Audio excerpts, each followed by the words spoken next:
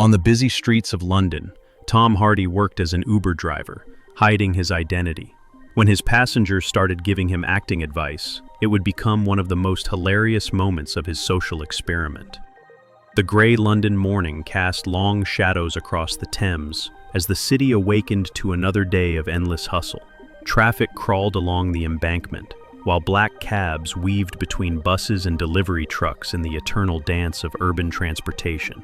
Hidden among this chaos was a blue Toyota Prius with tinted windows, indistinguishable from thousands of other rideshare vehicles navigating the capital's streets. Behind the wheel sat Tom Hardy, though no passenger would have recognized him. Gone was the meticulously groomed appearance of red carpet events and film premieres. Instead, he wore a simple black beanie pulled low over his forehead, basic wire-rimmed glasses that altered his facial structure, and a faded Arsenal football shirt that looked like it had seen better days. A carefully applied fake mustache and subtle makeup aging completed the transformation, making him appear like any working-class driver trying to make ends meet.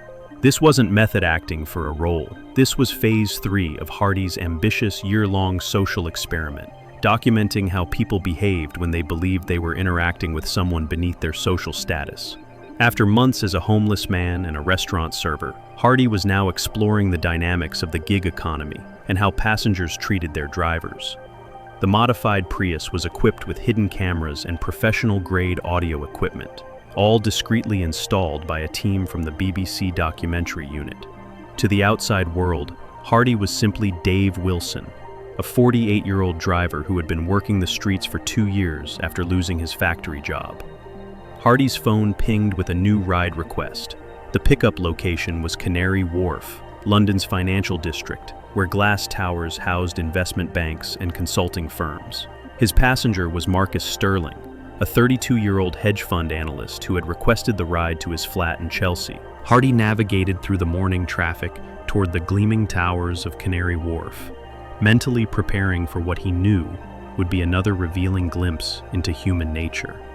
His previous passengers had run the gamut from genuinely kind people who treated him with respect to entitled individuals who barely acknowledged his existence. Marcus Sterling stood outside One Canada Square, checking his Rolex Submariner while scrolling through his phone.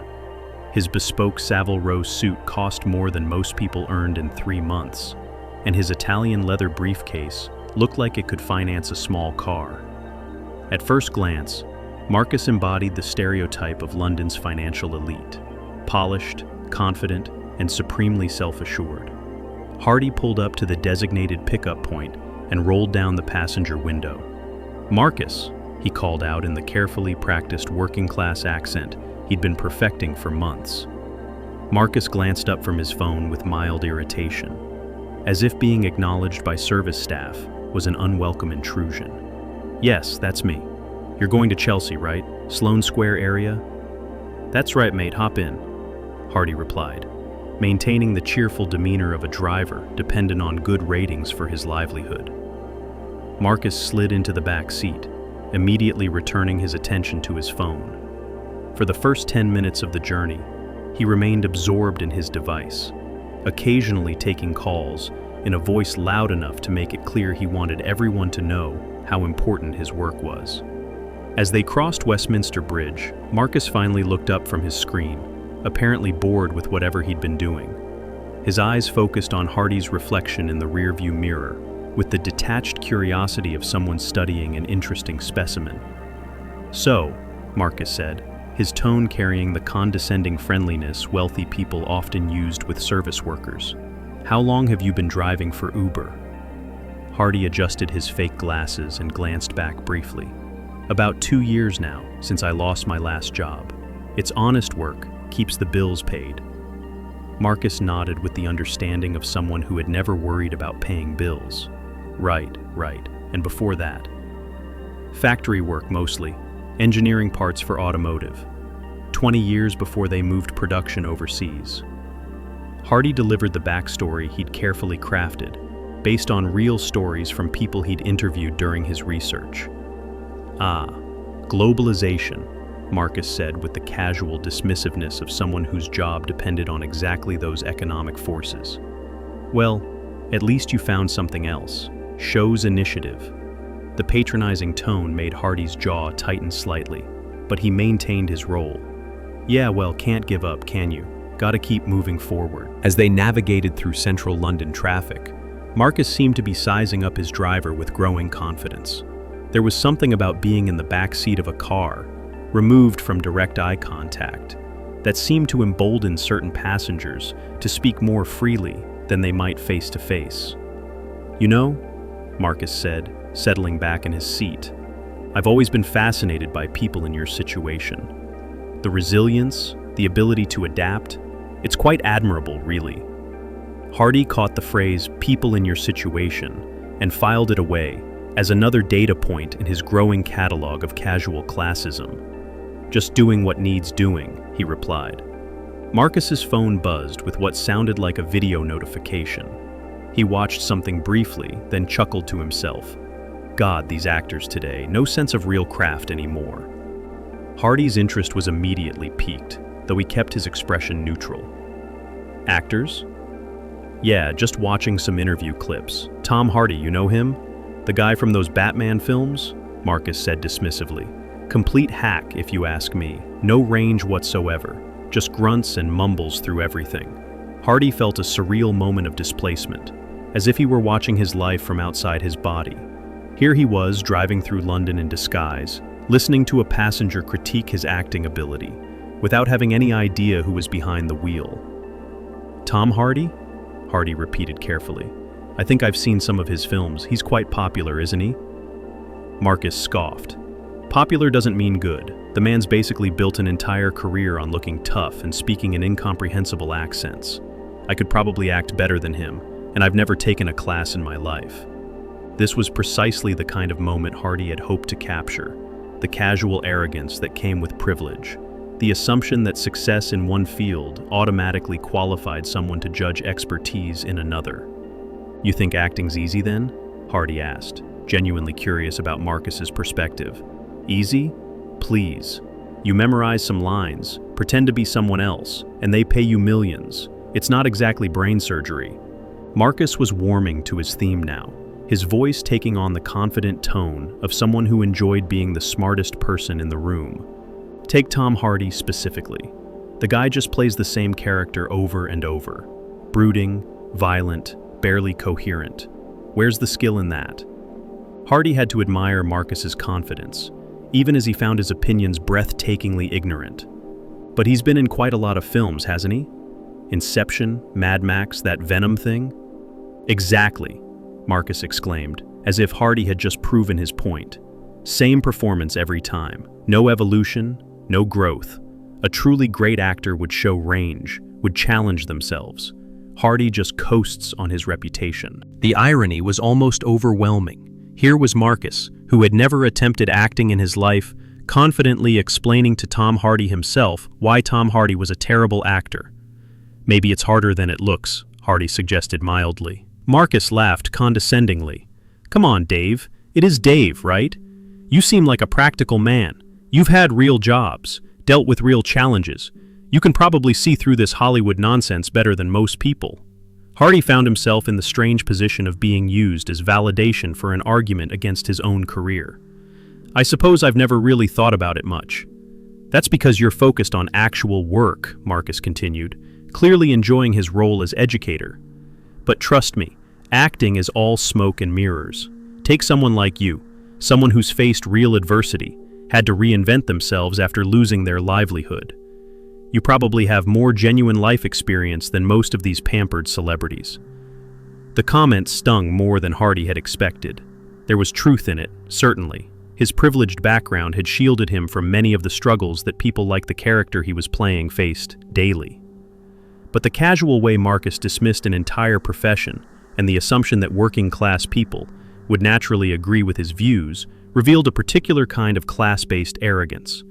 So you think Tom Hardy's just coasting? Hardy asked. Absolutely.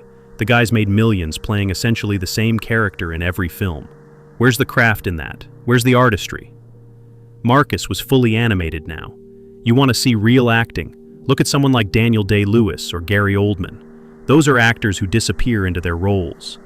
Hardy almost laughed at the irony. Here he was, literally disappeared into a role so completely that someone was using him as an example of why he was a bad actor. I mean, Marcus continued, could you imagine Tom Hardy doing what Day-Lewis did in There Will Be Blood? The man can barely deliver a line without mumbling. He's all physicality and no intelligence. As they approached Chelsea, Hardy found himself genuinely curious about Marcus's perspective. What would you do differently if you were him? Marcus leaned forward, warming to the opportunity to demonstrate his superior understanding. First, I'd actually enunciate. Speak clearly so audiences can understand what I'm saying. Second, I'd choose roles that challenged me, not just variations on the same tough guy theme. Have you ever tried acting yourself? Hardy asked innocently. Well, no, but you don't need to be a chef to know when food tastes bad, do you? Marcus replied with the confidence of someone who had clearly never considered that his analogy might be flawed. It's about basic observation and common sense. Hardy nodded thoughtfully. That's an interesting way to look at it. Hardy. As they turned onto Sloane Square, Marcus seemed to have exhausted his critique of Hardy's career and moved on to other topics. But Hardy's mind was racing with the implications of their conversation. This wasn't just about one passenger's opinions. It was about the broader assumptions people made about creative work, about the ease with which they dismissed things they'd never attempted to understand. Right, this is me, Marcus said, as they pulled up outside an elegant Georgian townhouse. What do I owe you? The app will sort out the payment, Hardy replied. Thanks for the ride. Marcus was already climbing out of the car when he paused and leaned back down to the window. You know, Dave, it's been quite refreshing talking to someone with some common sense about these celebrity types.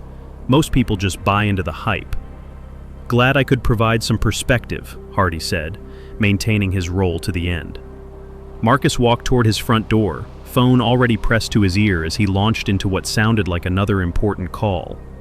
Hardy watched him go, reflecting on the strange experience of being lectured about his own inadequacies by someone who had no idea who he was talking to.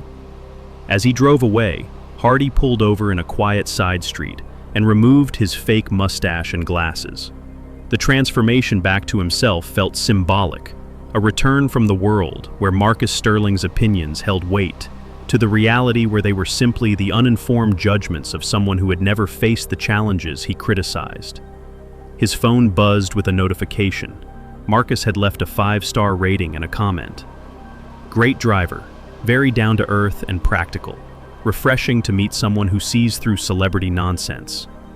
Hardy stared at the review for a long moment, then started laughing.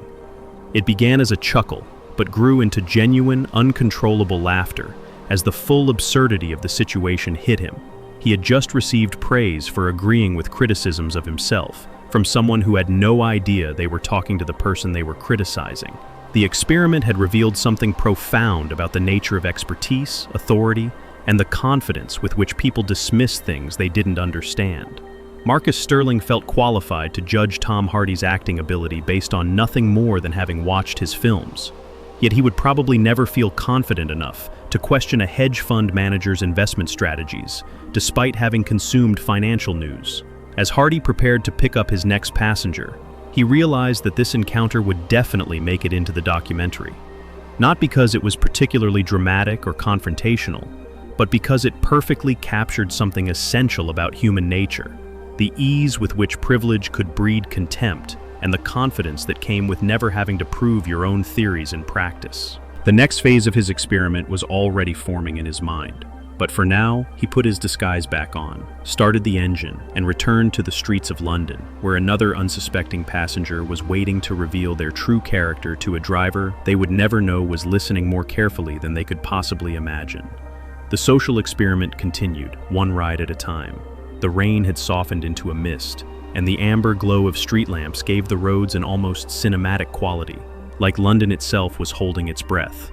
He took the long route toward Soho, favoring the older roads with more history, more tension, more stories. He had learned that people didn't just speak in words, they spoke in sighs, silence, and the way they clutched their bags a little tighter depending on where they were or whom they thought they were with. He was listening to all of it. Tonight's first fare was a sharply dressed man in his 40s, visibly drunk, and freshly bitter from what sounded like a failed business dinner. Within 5 minutes, the man began to brag. about cheating on deals, using layoffs to boost profits, and how easily people could be manipulated with the right smile. The driver nodded, murmured politely, and dropped him off with a neutral smile that masked the calculations already forming in his head. Then came a young couple. They entered the cab mid-argument, their voices pitched low but sharp. By the time they exited, one of them had apologized 3 times, while the other had not once said, "I love you," back. The driver didn't judge, but he filed it away. Each ride was data, each voice a variable, each moment a test of the human condition under the illusion of anonymity. He wasn't just collecting stories, he was testing thresholds, observing how far people would go when they believed no one of consequence was listening. And yet, somewhere inside, the driver, the man behind the disguise, was beginning to feel the weight of what he was witnessing, not just the lies or the cruelty, but the loneliness that dripped from almost every conversation. It haunted the car long after the doors closed. He turned left toward King's Cross. A new notification popped up on the screen. Another pickup, another person, another piece of the puzzle. He adjusted the mirror, and the experiment continued.